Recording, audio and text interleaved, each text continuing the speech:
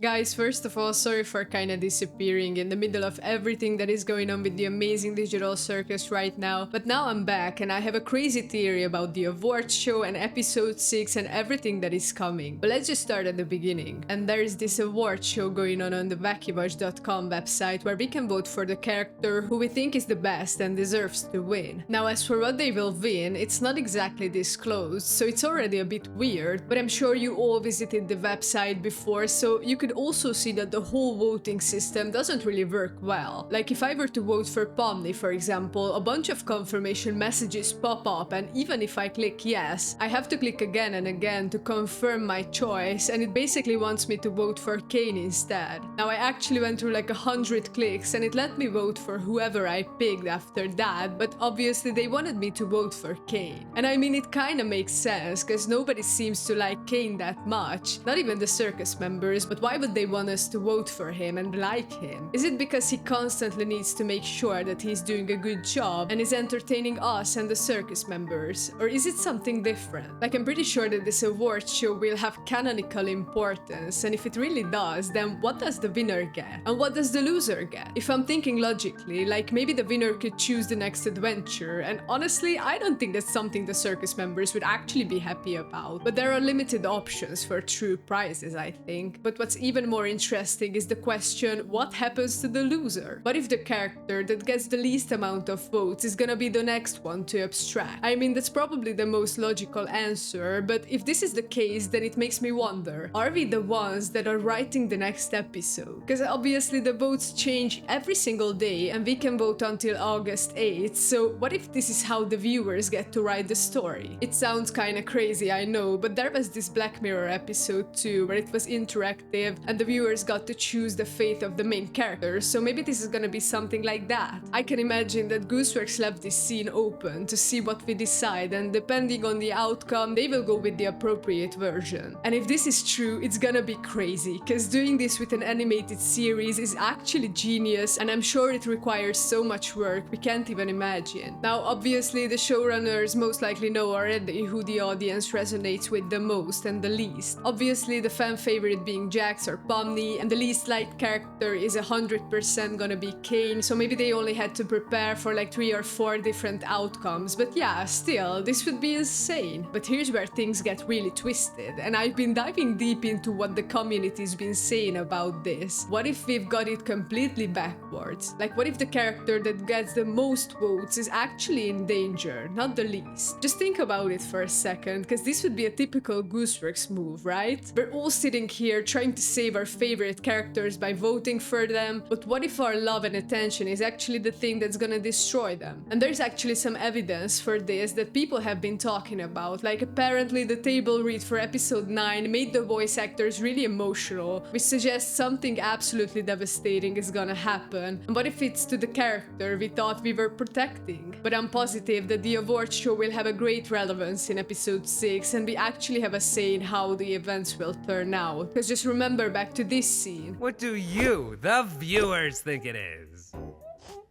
Will you stop doing that? Where Jax did break the fourth wall a bunch of times before, but he never addressed us this directly. And I actually made a video about this a while ago, where I talked about how the circus members are probably aware that they are in a show, because back in episode 1 they had to record the theme song. So maybe Caine told them about their circumstances, or maybe they figured out on their own. I'm not exactly sure, but they do know that there are viewers, and it seems like we have bigger power over the characters and the story than we thought. But here's something that's been bugging me. Jax isn't just breaking the fourth wall randomly, he's the only character besides Caine who does it consistently, and that's really suspicious when you think about it. Like, what if Jax isn't just aware of the show? What if he's specifically programmed to interact with us, the audience? There's this huge theory going around that Jax might actually be an NPC, and the evidence is pretty compelling when you really look at it. He somehow has keys to everyone's rooms, he can access things that the others can't, and he talks about the others like he's studying specimens specimens rather than relating to fellow prisoners, you know what I mean? And I know Gooseworks has actually debunked this theory before, but like we all know she lies for fun and loves to mess with the fan base, so honestly we can't be 100% sure about anything she says, right? Like remember when she said stuff about other theories that turned out to be completely different. So yeah, maybe Jax isn't an NPC, but maybe there is still something weird going on with him that we just don't understand yet. But on the wakivash.com there are also these promo videos where the characters talk about why we should vote for them, and again this supports the idea that they are very well aware of their circumstances, which makes the whole thing both really exciting and terrifying as well. And the weirdest thing is that it seems like it's not even about the circus members alone, but Caine also wants to be loved and cherished by not only the characters but by us as well. Because Glitch also posted this image of Caine with the description, "Sure are a lot of votes coming in so far, so many votes for everyone. This is sure best turnout we've had for votes in years. I mean, we couldn't be more happy with the results so far." And it makes me think, what if we are the ones who are gonna break Caine and that's why he'll start glitching out and going crazy? I mean, we already saw many cracks in him, but this could actually break him, and who knows what happens then. But there's another angle to this I think is really important, and people have been discussing this a lot. What if the voting system exists because the circus is literally running out of memory? Like there's this theory that's been going around that the whole digital circus is running on some old computer with limited RAM, and every time someone abstracts, they don't actually disappear, they just get stored somewhere in the system's memory. And if that's true, then eventually the system is gonna overload and crash, right? So maybe this whole award show is actually Caine's desperate attempt to get us to choose which characters should be deleted from the system to free up space. And that's why he's pushing so hard for votes for himself, because he knows that if the system crashes, he's gonna be the first one to go. And I mean, we can be prepared for the storm, which was teased by Gooseworks even before episode 5 came out, so it's sure that something bad is gonna happen. And now with this award show and Caine getting worse by each episode, I cannot help but think back to Gooseworks' Tumblr answer, where she answered the question, outside of Kinger, who is the closest to going crazy? And she said we wouldn't believe her if she told us. And for a while I really felt clueless, because it could have literally been anybody, but as the show progressed and we saw more about the characters, the different dynamics, and we also learned about their backstories, I'm pretty sure now that it's gonna be Caine who's gonna go crazy before anybody else. But that of course will cause insane trouble for the circus members. Like what if Caine glitches so hard that he just disappears, or he won't be able to function anymore? What happens then? I'm sure that the circus members wouldn't go on adventures if they had a say in it, so they would probably just hang out in the circus, but after a while that could be dangerous. Plus there would be the question, who steps in instead of Caine? Would there be a fight for dominance amongst the circus members? I mean, like maybe Jax would act like a leader if Caine wouldn't be there, but then that would only be oil to the fire, and Zubul and the others would never obey him, so there would be great chaos if that happened. But speaking of Jax, in episode 6, Gooseworks has confirmed that episode 6 is gonna focus on Jax's backstory, which should be really exciting. But what if there is no backstory? What if episode 6 is when we discover that Jax never had a human life to begin with? That would explain literally everything. The fourth wall breaks, the mysterious access to rooms and items, the way he seems to understand the system better than anyone else. Like what if when they try to explore his past, there's just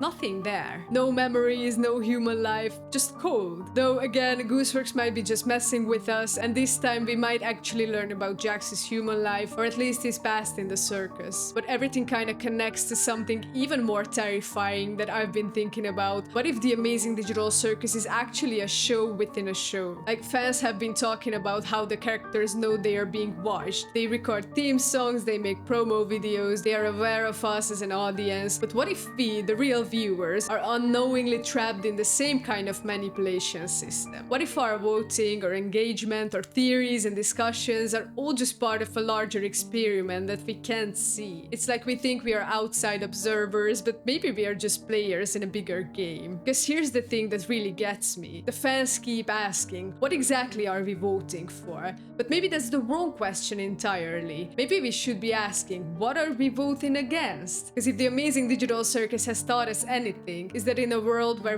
reality is programmed, our choices might not be as free as we think they are. We might not be saving anyone with our votes. We might be the very mechanism of their destruction. Like, have you guys tried voting on the Becky watch? Manipulation is so obvious when you actually experience it with all those confirmation pop-ups and the way it keeps trying to redirect you to vote for Caine. But what if that obvious manipulation is just the surface level and there's something much deeper going on? What if the real manipulation is making us think we have agency in the first place? Now, obviously this is all theory, but I have a feeling that something absolutely crazy will happen in the next few episodes that we are certainly not prepared for. And these theories from before about learning Jax's backstory and the abstracted characters like Ribbit and Kaufmo, I mean, yeah, they still make sense and I'm sure we'll get some of that, but I genuinely believe that this is all surface level stuff and there's gonna be so much more beyond all that. But let me know what you think about these theories down in the comments. Thanks for watching, don't forget to subscribe and I'll see you in the next video.